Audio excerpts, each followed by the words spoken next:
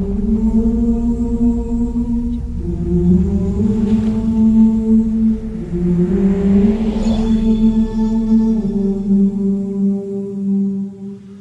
علیکم ورحمۃ اللہ وبرکاتہ۔ الحمد للہ وکفی وسلام علی عبادہ الذین اصطفی، اما بعد۔ رجب کے مہینہ میں اللہ تعالیٰ کے نبی کو اللہ تعالیٰ نے اپنے پاس بلایا، جس کو ہم معراج کہتے ہیں، شب معراج، لیلۃ المعراج، اور اس کے لیے اہتمام بھی کیا جاتا ہے عبادات کا، خیرات کا۔ یہ اللہ تعالیٰ کی بہت بڑی قدرت میں سے ایک چھوٹا سا نمونہ تھا کہ 3 کپڑوں میں اٹھایا اور سارے خلا کے پردوں کو چاک کروا کے 7 آسمان کے دروازے کھلوا کر سدرۃ المنتہا پہ جبریل کی بھی بس ہو گئی کہ اس کے آگے اتنا بھی اوپر گیا تو جل کے راکھ ہو جاؤں گا، تو اس سے اوپر آپ تشریف لے گئے، اور پھر عرش خوشی سے جھوم اٹھا، اہتز عرش الرحمن، عرش خوشی سے یوں جھوم رہا تھا۔ خوشی میں انسان بے خود ہو کر جھومنے لگ جاتا ہے، تو کہ اللہ کا عرش جھومنے لگا آپ کی آمد پر، اور پہلی ہستی ہیں جن کا قدم اللہ کے عرش پر پڑا، اور اللہ تعالیٰ اور اللہ کے محبوب کے درمیان جتنے نور کے پردے تھے اللہ نے سب ہٹا دیے، اور السلام علیک ایھا النبی ورحمۃ اللہ وبرکاتہ۔ اللہ تعالیٰ نے ایسا خوبصورت سلام پیش کیا، تو اللہ کے نبی پہ قربان جاؤں، انہوں نے اپنی امت کو بھی شریک کر لیا، السلام علینا وعلی عباد اللہ الصالحین، یا اللہ ہمارے اوپر بھی سلام ہو آپ کا، اور جو میری امت کے نیک لوگ ہیں ان پر بھی آپ کا سلام ہو، آپ کی رحمت ہو۔ تو معراج کا واقعہ اسباب کے خلاف ایک انتہائی عجب اللہ کی قدرت ہے، اور اس میں ایک چھوٹی سی بات عرض کروں کہ جب آدمی پس جاتا ہے نا اور کہتا ہے متی نصر اللہ، یا اللہ تیری مدد کہاں ہے، تو پھر اللہ کی طرف سے جواب آتا ہے الا ان نصر اللہ قریب، بے شک میری مدد قریب ہے، آ رہی ہے۔ یہ واقعہ طائف کے بعد پیش آیا ہے، جب آپ بے بس ہو گئے تھے، پتھر کھا کے شدید زخمی ہوئے، پھر آپ مکہ تشریف لائے تو باہر ٹھہر گئے، اندر آنے کی آپ کی سکت نہیں تھی، اور آپ نے زید ابن حارثہ کو اخنس بن شریک کے پاس بھیجا کہ مجھے پناہ دو، میں مکے میں داخل ہونا چاہتا ہوں، تو اس نے انکار کر دیا، کہا میں نہیں پناہ دیتا۔ پھر اپنے سہیل ابن عمر کو پیغام بھیجا کہ مجھے پناہ دو، اس نے بھی انکار کر دیا۔ پھر ایک اور عرب کے سردار تھے، ان کو پیغام بھیجا، غالباً صفوان بن امیہ کو پیغام بھیجا کہ مجھے پناہ دو، تو انہوں نے بھی انکار کر دیا۔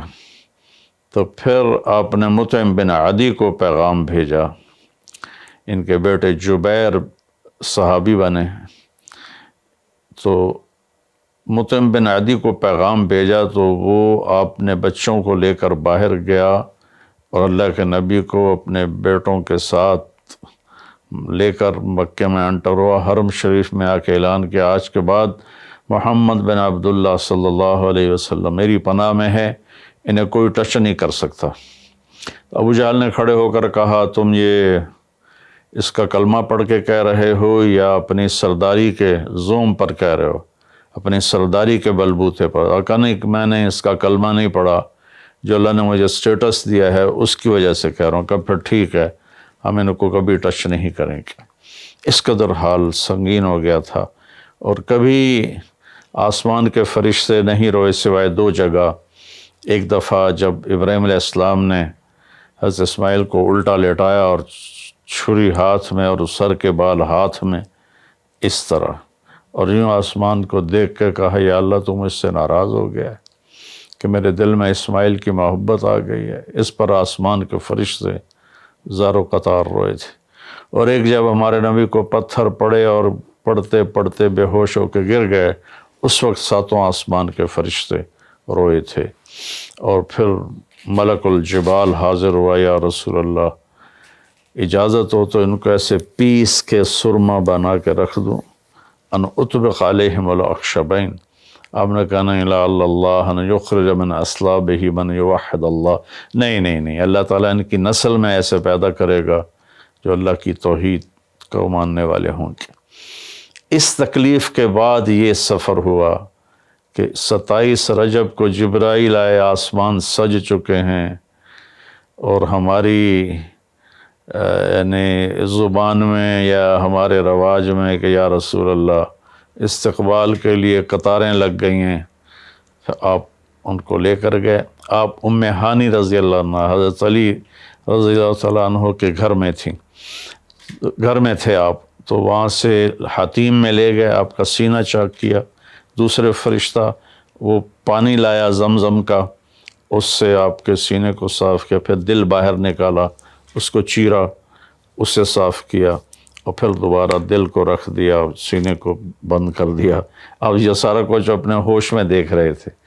پھر وہاں سے براق پہ سوار ہوئے۔ براق گدھے سے بڑا قد، خچر سے چھوٹا قد والا ایک جانور تھا، جس پر آپ کو سوار کرایا گیا، اور وہ تھوڑا مستی کرنے لگا تو جبریل بولے تو یہ پتہ ہے تیرے اوپر کون سوار ہیں؟ تو اس کے ساتھ ہی وہ ایک دم سر نیچے کر گیا، اور پھر وہاں سے پرواز کی بیت المقدس، اور وہاں آپ نے 2 نفل پڑھے اور ان کو وہیں چھوڑ دیا، اس کو براق کو وہیں چھوڑ دیا۔ وہاں سے پھر سفر شروع ہوا اللہ کی طرف۔ اس سفر کو اللہ نے یوں بیان کیا، سبحان الذی اسری بعبدہ لیلا من المسجد الحرام الی المسجد الاقصی الذی بارکنا حولہ لنریہ من آیاتنا انہ هو السمیع العلیم۔ تو اس میں اہل علم کے لیے ایک بڑا خوبصورت نقطہ بھی میرے ذہن میں ہے کہ یہ قرآن کی پہلی صورت ہے جو سبحان مصدر سے شروع ہو رہی ہے، سبحان الذی۔ پھر اس کو آگے لے جا کر اللہ تعالیٰ نے مصدر کے بعد فعل ماضی ہوتا ہے تو سبح للہ ما فی السماوات والارض کے ساتھ شروع کیا، تو مصدر آیا، ماضی آیا، ماضی کے بعد مضارع ہوتا ہے، فیوچر ہوتا ہے، مستقبل ہوتا ہے، تو یسبح للہ ما فی السماوات وما فی الارض الملک القدوس العزیز الحکیم۔ پھر اس کے بعد امر کا صیغہ ہوتا ہے، تو سبح اسم ربک الاعلی الذی خلق فسوی۔ یہ قرآن کا اعجاز ہے، قرآن کی خوبصورتی ہے، قرآن کی بلاغت ہے۔ سبحان، سبح، یسبح، سبح۔ تو اللہ تعالیٰ نے پہلے اپنی پاکیزگی کو بیان کیا کہ جو کچھ کہنے والا ہوں میں سب کچھ کر سکتا ہوں، میرے لیے کوئی مشکل نہیں کہ میں اپنے بندے کو لے کر گیا۔ اللہ آنے جانے سے پاک ہے، لیکن با کا اضافہ یہ بتاتا ہے کہ اللہ تعالیٰ کہہ رہے تھے یوں ہی سمجھو کہ میں اپنے بندے کو خود لے کر گیا اوپر۔ آپ جبریل کے کندھوں پر، پروں پر سوار ہو کر نہیں گئے، آپ کا سفر الگ تھا، جبریل کا الگ تھا، یہاں تک کہ پہلے آسمان پر پہنچے تو دروازہ کھلا تو آدم علیہ السلام نے استقبال کیا، گلے لگایا۔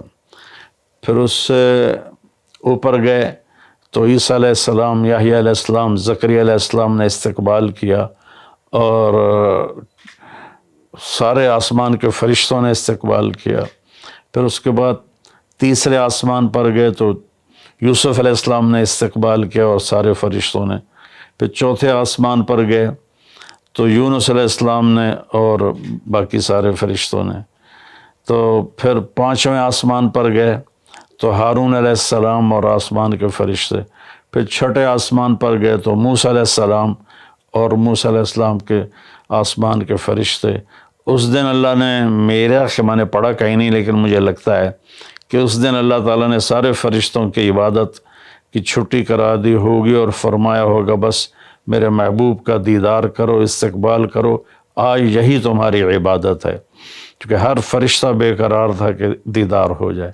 پھر اب ساتویں آسمان پر گئے، وہاں ایک بیت اللہ تھا، وہاں ایک بزرگ سفید داڑھی والے یوں کر کے بیٹھے ہوئے تھے، یوں کر کے، اور لمبے ان کے بال تھے، لمبی داڑھی تھی، وہ نہیں اٹھے، وہ بیٹھے رہے۔ جب آپ قریب آئے تو وہ کھڑے ہوئے اور کہا میرا بیٹا آ گیا۔ پہلے نبیوں نے کہا ہمارے بھائی آ گئے، ہمارے بھائی آ گئے، ہمارے نبی آ گئے۔ اس بزرگ نے کہا میرے بیٹے آ گئے، میرے بیٹے آ گئے۔ تو آپ نے جبریل سے پوچھا یہ کون بزرگ ہیں؟ تو انہوں نے فرمایا یہ آپ کے دادا ابراہیم علیہ السلام ہیں۔ اس میں اللہ نے ہمیں سبق دیا کہ بیٹا کتنے ہی عالی مقام پہ چلا جائے، اس کی ذمہ ہے اپنے ماں باپ کا ادب کرے، ان کے پاؤں چھوئے، ان کے سامنے سر جھکا کے چلے۔ یہ ہواؤں میں اڑ جائے، عرش کو چیر کے اللہ تک پہنچ جائے، پھر بھی باپ کے آگے، ماں کے آگے سر جھکانا ہے۔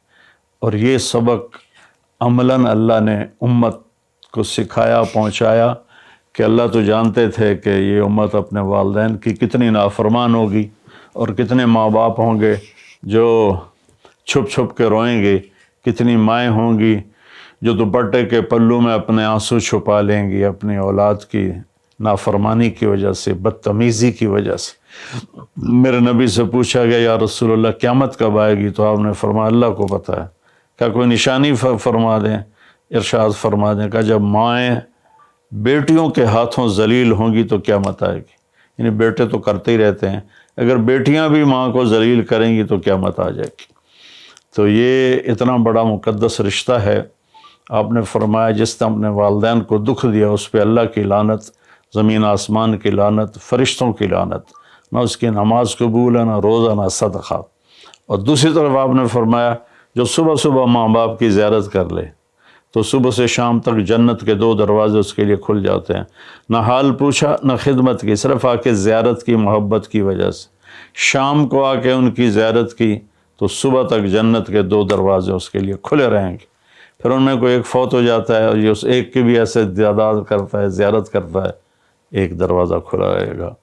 تو یہ اس میں ایک بہت بڑا سبق تھا ماں باپ، چونکہ پہلا قصور تو ماں باپ کا ہے کہ وہ بتاتے ہی نہیں، وہ تعلیم ہی نہیں دلاتے جس سے پتہ چلے کہ ماں باپ کا مقام کیا ہے۔ اسی میں ہماری نسل ڈپریشن کا شکار ہو گئی۔ تو انہیں کیا پتہ باپ کون ہوتا ہے، ماں کون ہوتی ہے۔ تو آپ وہاں سے تشریف لے گئے تو سدرۃ المنتہا، جہاں بارڈر آ جاتا ہے ان مخلوقات کا، بارڈر پر جبریل نے کہا یا رسول اللہ بس آگے میرے پاس ویزا کوئی نہیں ہے، ایک بالشت بھی اوپر جائے، ایک گٹھ بھی اوپر جاؤں گا تو جل کے راکھ ہو جاؤں گا۔ تو اللہ نے ایک تخت اتارا، اس سے اپنے محبوب کو بٹھایا اور وہ گئے بلندیوں کو چیرتے ہوئے، اس نے عرش پر جا کر لینڈ کیا، آپ اترے اور میرے اللہ تعالیٰ نے کہا ثم دنا فتدلی فکان قاب قوسین او ادنی۔ اللہ تعالیٰ نے اپنے محبوب کو اپنے قریب کر لیا، اتنا قریب کیا کہ فاصلے مٹ گئے، فاصلے مٹ گئے۔ تو بھائیو پھر لمبا واقعہ ہے، اور لوگ آج کل اتنا لمبا سنتے بھی نہیں ہیں، تو میں صرف جانے کا بتا دیتا ہوں۔ واپسی کا بھی پورا ایک کہانی ہے، جنت دکھائی، جہنم دکھائی، جنتی دکھائے، جہنمی دکھائے، سارا کچھ دکھایا، سود خور دکھائے، بے نمازی دکھائے، نمازی دکھائے، اپنے سب کو اپنی آنکھوں سے دیکھا، جہنم کو بھڑکتے دیکھا، جنت کو چمکتے دیکھا، جہنم کو دہکتے دیکھا اور جنت کو مہکتے دیکھا۔ یہ سب کچھ آپ نے اپنی آنکھوں سے دیکھا اور پھر آپ واپس تشریف لائے۔ تو جب آپ پہنچے تو ابھی رات کا حصہ باقی تھا اور رات گزری نہیں تھی جب آپ اتنی بڑی کائنات کا سفر کر کے واپس تشریف لائے۔ تو اس میں ایک بڑا سبق ہے، وہ یہ ہے کہ اللہ نے اپنے نبی کا ہاتھ پکڑا اور اپنی ذات تک پہنچا دیا۔